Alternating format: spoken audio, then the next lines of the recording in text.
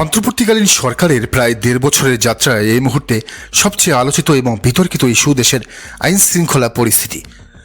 বিশেষ করে নির্বাচন সামনে রেখে পরিস্থিতির অবনতি কি সরকারকে নতুন কোনো সিদ্ধান্তের দিকে ঠেলে দিচ্ছে? গুঞ্জন শোনা যাচ্ছে বড় ধরনের রদবদল আসছে স্বরাষ্ট্র মন্ত্রণালয়ে। বাদ পড়তে পারেন বর্তমান স্বরাষ্ট্র উপদেষ্টা জাহাঙ্গীর আলম চৌধুরী, কিন্তু তার জায়গায় আসছেন কে? আর কেনই বা এই পরিবর্তনের দাবি এত জোরালো হলো? বিস্তারিত থাকছে আজকের ভিডিওতে। দর্শক, তার আগে অনুরোধ, এই চ্যানেলে নতুন হলে অবশ্যই সাবস্ক্রাইব করুন এবং বেল আইকনটি বাজিয়ে রাখুন। ঘটনার সূত্রপাত সম্প্রতি জুলাই যোদ্ধা ও ইনকিলাব মঞ্চের মুখপাত্র শরীফ ওসমান হাদিকে হত্যার পর। এই হত্যাকাণ্ডের মূল আসামিদের ধরতে না পারার ব্যর্থতাকে কেন্দ্র করে বিভিন্ন মহল থেকে স্বরাষ্ট্র উপদেষ্টার পদত্যাগের দাবি ওঠে। বিশেষ করে ইনকিলাব মঞ্চ সরাসরি আলটিমেটাম দিয়ে তার অপসারণ দাবি করেছে। তারা যে ৩ দফা দাবি সম্প্রতি দিয়েছে তার একটি হল স্বরাষ্ট্র উপদেষ্টা এবং আইন উপদেষ্টার পদত্যাগ।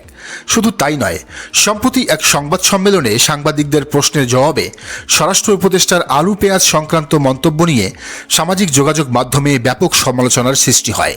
যদিও তিনি পরে ব্যাখ্যা দিয়েছেন যে অনুষ্ঠানটি কৃষি বিষয়ক ছিল, তাই তিনি কৃষি নিয়েই কথা বলেছেন।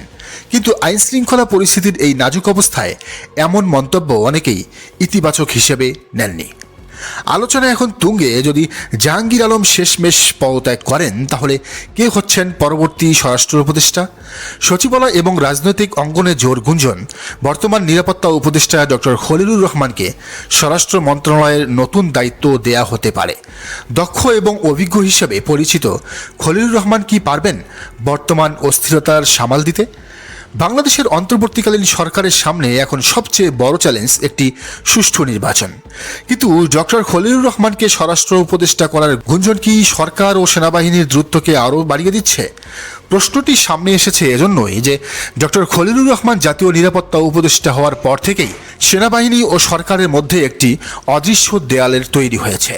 অতি সম্প্রতি একটি ভুয়া চিঠি ইস্যুকে কেন্দ্র করে সেনাবাহিনীতে প্রায় অভ্যুত্থান বা কু হওয়ার মতো পরিস্থিতির সৃষ্টি হয়েছিল। গুঞ্জন উঠেছিল যে জেনারেল ওয়াকারুজ্জামানকে সরিয়ে জেনারেল কামরুলকে সেনা প্রদান করা হচ্ছে।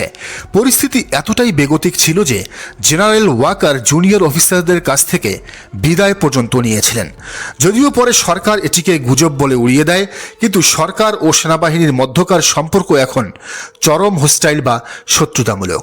খলিলের নিয়োগ ঘিরে আলোচনার কেন্দ্রবিন্দুতে এখন তথাকথিত রহমান ব্রাদার্স এবং নির্বাসিত কন্টেন্ট ক্রিয়েটর পিনাকি ভট্টাচার্য। পিনাকি নিজেই দাবি করেছেন তিনি যদি অর্জুন হন তবে খলিলুর রহমান হলেন তার রথের সারথি কৃষ্ণ। বিগত 1 বছর ধরে পিনাকি ভট্টাচার্য বর্তমান আর্মি কমান্ডের বিরুদ্ধে যে কথাবার্তা বলছেন তার পেছনে খলিলুর রহমানের মদদ রয়েছে বলে অনেকে মনে করেন। এমনকি পররাষ্ট্র মন্ত্রণালয়ের মতো গুরুত্বপূর্ণ প্রতিষ্ঠানের বদলি ও পদোন্নতি এখন পিনাকির অঙ্গুলিহনে নিয়ন্ত্রিত হচ্ছে বলেও অভিযোগ উঠেছে। এদিকে খলিলুর রহমানকে স্বরাষ্ট্র উপদেষ্টা বানালে তা আগামীর নির্বাচনের ঝুঁকির সৃষ্টি করবে বলে মনে করেন কেউ কেউ। তারা বলছেন একটি সুষ্ঠু নির্বাচনের জন্য বাংলাদেশ সেনাবাহিনীর সক্রিয় অংশগ্রহণ ও সহযোগিতা অপরিহার্য। কিন্তু খলিলুর রহমানকে যদি স্বরাষ্ট্র উপদেষ্টা করা হয় তবে সেনাবাহিনীর সাথে সরকারের দূরত্ব কমার বদলে আরও বাড়বে। এতে সৃষ্টি হবে ডুয়েল কমান্ড বা দ্বৈত শাসন। নির্বাচনের সময় যদি সেনাবাহিনী নিষ্ক্রিয় হয়ে পড়ে বা এক পক্ষ অন্য পক্ষকে দোষারোপ করতে থাকে তবে পুরো নির্বাচনী প্রক্রিয়ার বিশ্বাসযোগ্যতা ধূলিসাৎ হয়ে যাবে। তবে মুদ্রার অপর পৃষ্ঠে রয়েছে ভিন্ন কিছু। বিশ্লেষকরা বলছেন খলিলুর রহমান তার সেই আগের অবস্থানে নেই। এমনকি তার সাথে পিনাকি ভট্টাচার্যের যে গভীর সম্পর্ক সেখানেও ছেদ পড়েছে। এক ভিডিওতে পিনাকি দাবি করেছেন খলিলুর রহমান বদলে গেছেন।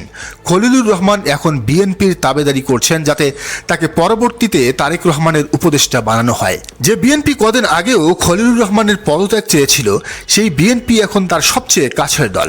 এদিকে ভারতের নিরাপত্তা উপদেষ্টা অজিত দোভালের আমন্ত্রণে খলিলের ভারত সফরের পর তার প্রতি এন্টি ইন্ডিয়া ব্লকের সমর্থনও উঠে গেছে। বলা হচ্ছে তিনি ভারতের পরামর্শেই বিএনপির হয়ে কাজ করছেন। ফলে বিএনপি নাকি চাইছে খলিলকে স্বরাষ্ট্র উপদেষ্টার পদে বসাতে, তাতে করে তারা সারা দেশে নিজেদের অনুগত লোকদের প্রশাসনের ভালো পদে বসাতে পারবেন। খলিলের সাথে সেনাবাহিনীর যে বিরোধ তা বিএনপি অনেকটা মিটিয়ে ফেলেছে বলেও ধারণা বিশ্লেষকদের। তবে জামাত সহ অন্যান্য দল খলিলুর রহমানের নিয়োগে তেমন সায় দিচ্ছে না। তারা চাইছে কর্নেল হাসিনুর রহমান কিংবা আমার দেশ সম্পাদক মাহমুদুর রহমানকে স্বরাষ্ট্র উপদেষ্টার দায়িত্ব দেয়া হোক, তা না হলে পুনরায় ব্রিগেডিয়ার সাখাওয়াত হোসেনকে স্বরাষ্ট্র উপদেষ্টার পদে বহালের দাবিও উঠেছে নানান মহল থেকে। এখন জাহাঙ্গীর আলম চৌধুরী কি একেবারে বাদ পড়ছেন? তথ্য বলছে তিনি উপদেষ্টা পরিষদ থেকে একেবারেই বাদ পড়ছেন না। তাকে পূর্ণকালীন কৃষি মন্ত্রণালয়ের দায়িত্ব দেয়া হতে পারে, যে দায়িত্বে তিনি এখনও আছেন। পাশাপাশি প্রধান উপদেষ্টার বিশেষ সহকারী খোদাবক্স চৌধুরীকেও তার দায়িত্ব থেকে অব্যাহতি দেওয়া হতে পারে বলেও গুঞ্জন রয়েছে। 5 আগস্টের ছাত্র জনতার অভ্যুত্থানের পর 8ই আগস্ট যখন অন্তর্বর্তীকালীন সরকার গঠিত হয়, তখন স্বরাষ্ট্র মন্ত্রণালয়ের দায়িত্ব পেয়েছিলেন ব্রিগেডিয়ার জেনারেল অবসরপ্রাপ্ত সাখাওয়াত হোসেন। কিন্তু আওয়ামী লীগের পুনর্বাসন প্রশ্নে তার একটি বিতর্কিত মন্তব্যের জেরে তাকে দ্রুত সরিয়ে জাহাঙ্গীর আলম চৌধুরীকে স্বরাষ্ট্র উপদেষ্টার আসনে বসানো হয়। দর্শক, নির্বাচন উপলক্ষে এই রদবদলকে কিভাবে দেখছেন?